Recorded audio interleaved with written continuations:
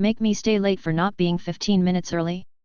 I'll show you how early I can be, by user_citizen Vince. I work at a casino as a dealer. We have a first in first out way of scheduling dealers. So if you start at 7 p.m., you get to leave before people that started at 8 p.m. when they are able to close tables down and send you home. Pretty normal and straightforward.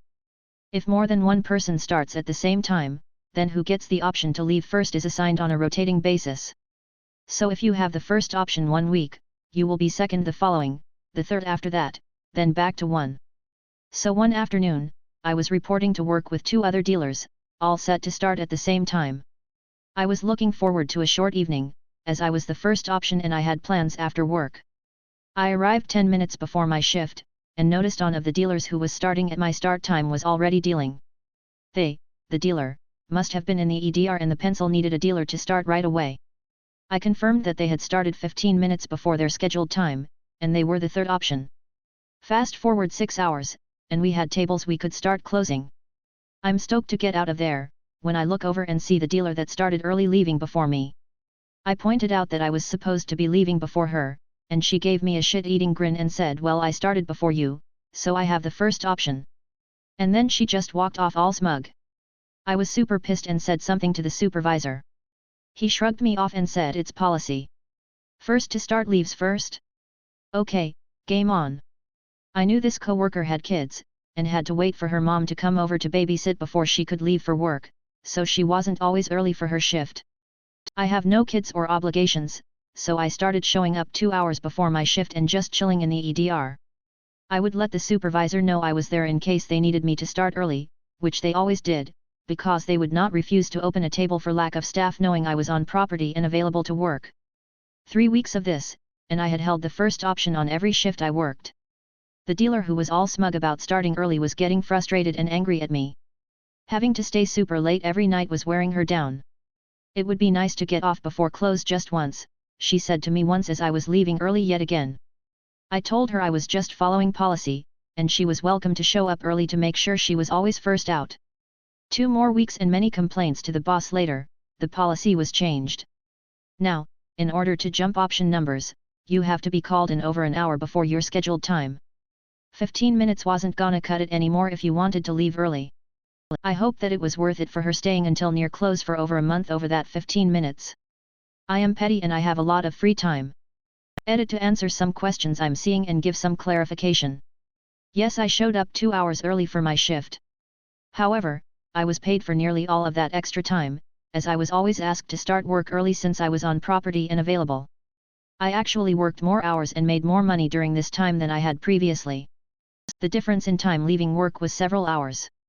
First option usually leaves around 9 p.m. to 10 p.m., while second and third options leave around 2 a.m. to 3 a.m. depending on business. My property is Kyo, so the volume of hours is less important to us. Not really an excuse, but this coworker is not easy to get along with. She has had run-ins with just about every other dealer at some point. She is the type to quote policy when it works in her favor, and disparage the same policy the second it works against her. If she had something important to do the evening in question, or needed to leave because of childcare or whatever, I would have happily passed my option to her. My plans were not as important as something like childcare. It was the underhanded way she went about getting herself out early combined with her snarky remark and shit-eating grin that made me want revenge. We do not use an EO list because it actually created similar issues. People would come by several hours before their shift to sign it, go home, then come back.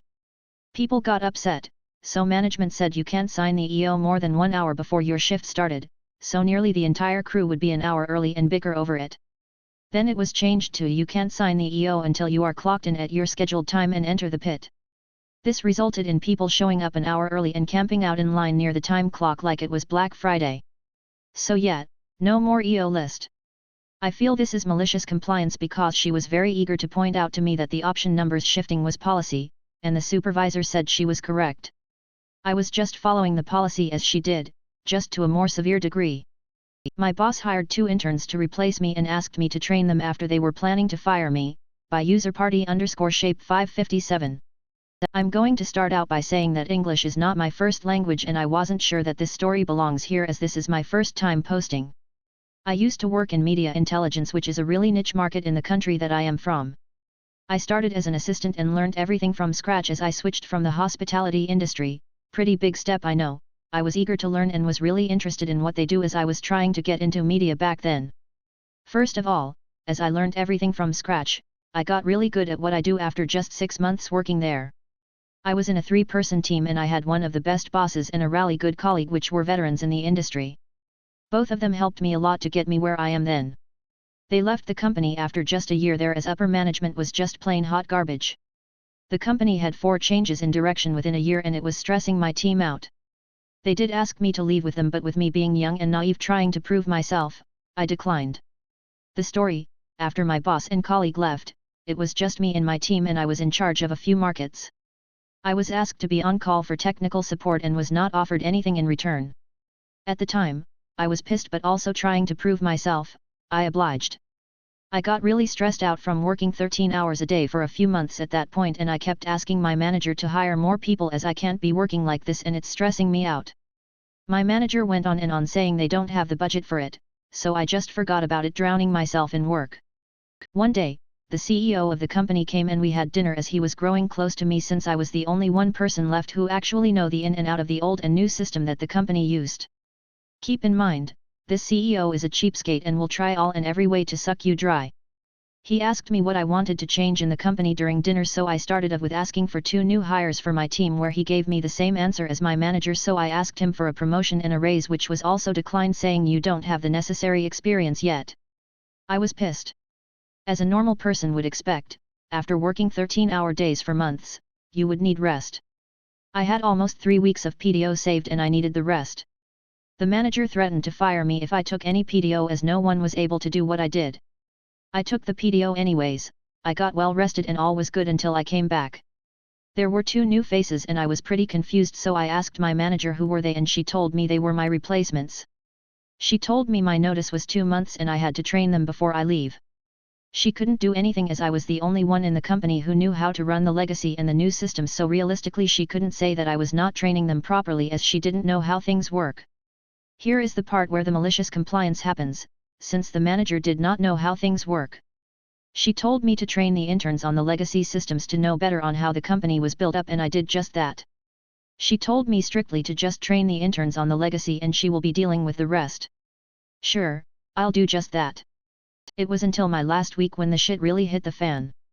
My manager found out that I have been only giving training on the legacy system and I didn't give them my notes with tips on how to run the system that needed to be used for daily operations. My manager called in the CEO and the managing director to hold a meeting with me, asking me why I hadn't trained my replacements properly. I just told them I did what my manager told me to, which the manager denied until I forwarded the CEO and MD the email that my manager has sent me, which the call promptly ending. After I left the company, I was patiently waiting for the call that was bound to come. It was my manager. She demanded me to get back to work and said that the firing was just a prank, blah blah blah. I told them, pay me triple my wage and I'll consider it. They called me crazy and ended the call. It's been 2 months since that call, and based on a good friend from another department, my old manager is neck deep in this shit show. TLDR, fire me from taking PTO, get fucked. Edit, thank you for the kind and nice comments, and to those who think I'm making this up, you're entitled to have your opinion, but, fuck you. Delete the legacy knowledge department? Okay, by userannulantics. A former employer has decided to shoot themselves in the foot with a bazooka. I thought I'd share it here so you can laugh at them too. In a nutshell, the business built its own in-house software which is designed to cover all aspects of the business. From invoicing, tracking stock, creating reports, semi-automating direct debit billing, and virtually everything else, 1,000 sub-areas. As such, the business ended up with 3 IT departments. One was more hardware issues and basic IT issues. There was the medium IT department who could fix small issues within specific sub-areas of the software, and the legacy team who worked on the rawest base level of the software and had kept it functioning for over 20 years. In an effort to cut costs, the senior management decided that the legacy team were no longer required as they were creating a whole new software anyway and would be ditching the old one within a year or so. In doing so, they also insisted that the large office they occupied was completely emptied. This included several huge filing cabinets of paperwork, comprising dozens of core manuals, and countless hundreds of up-to-date how-to-fix documentation pieces, as well as earlier superseded documents they could refer back to too. The legacy team sent an email to the seniors basically saying, "Are you sure?" To which they, eventually, received a terse email back specifically stating to destroy all paperwork. They were also ordered to delete all digital files to free up a rather substantial amount of space on the shared drive, and wipe their computers back to factory settings.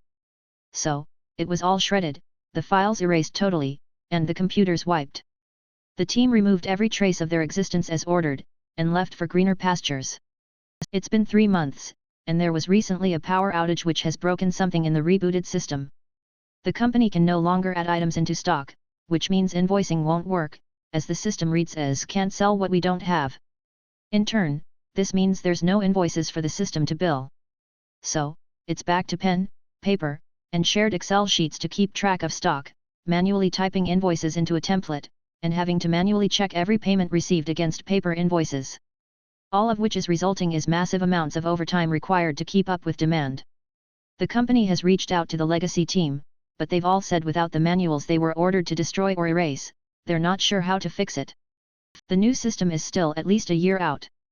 On the positive side, 2 of the senior managers have a nice large office to share and sit in. Won't get paid more for doing my job quicker? Alright, I'll just do my job slower, by user different average 37.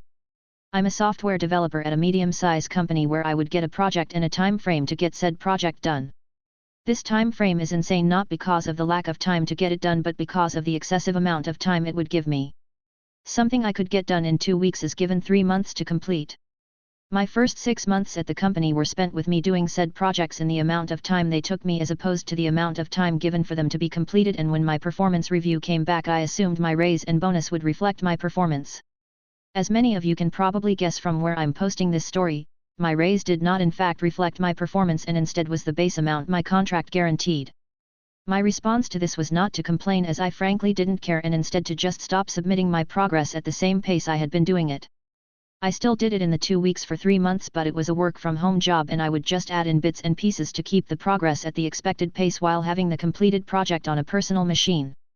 I still work there and have been working there for 4 years now and am very happy spending maybe 2 months of the year doing my job and working my second job at a different business as a software developer, as it's a work-from-home job and there are no mandatory check-ins or anything of the sort.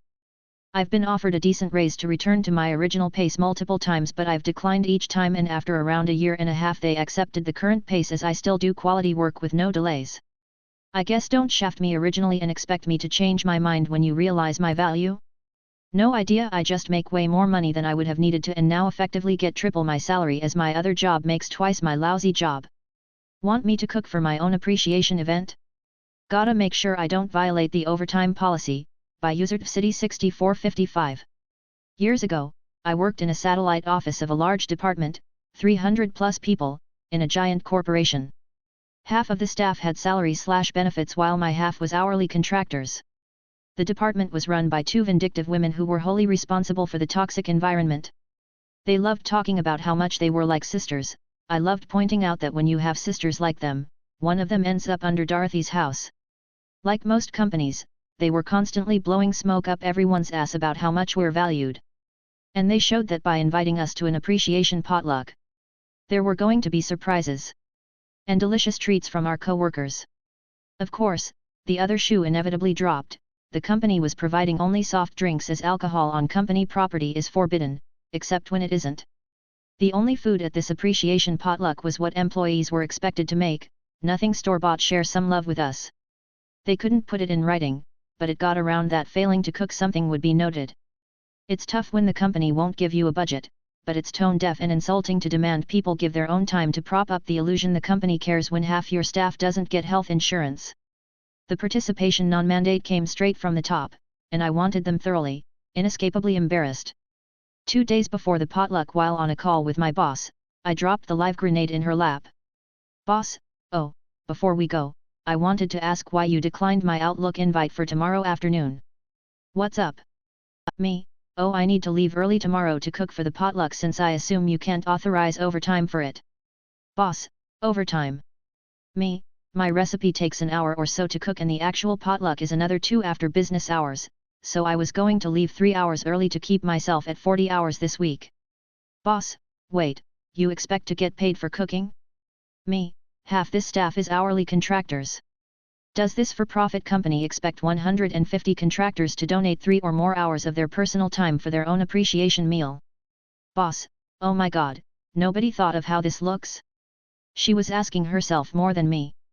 Me, or nobody expected to be called on it. Boss, but who's getting called on it? Oh.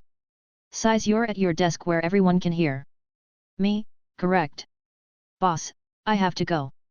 I did feel bad about dragging her into it. She had enough on her plate, but I knew she'd just toss the grenade up the chain to people who get paid to know better. Our satellite office wasn't privy to many details, but I'm told my call sent people panicked and scurrying around at the mothership, consuming a day and a half of a lot of people's time. Mission accomplished.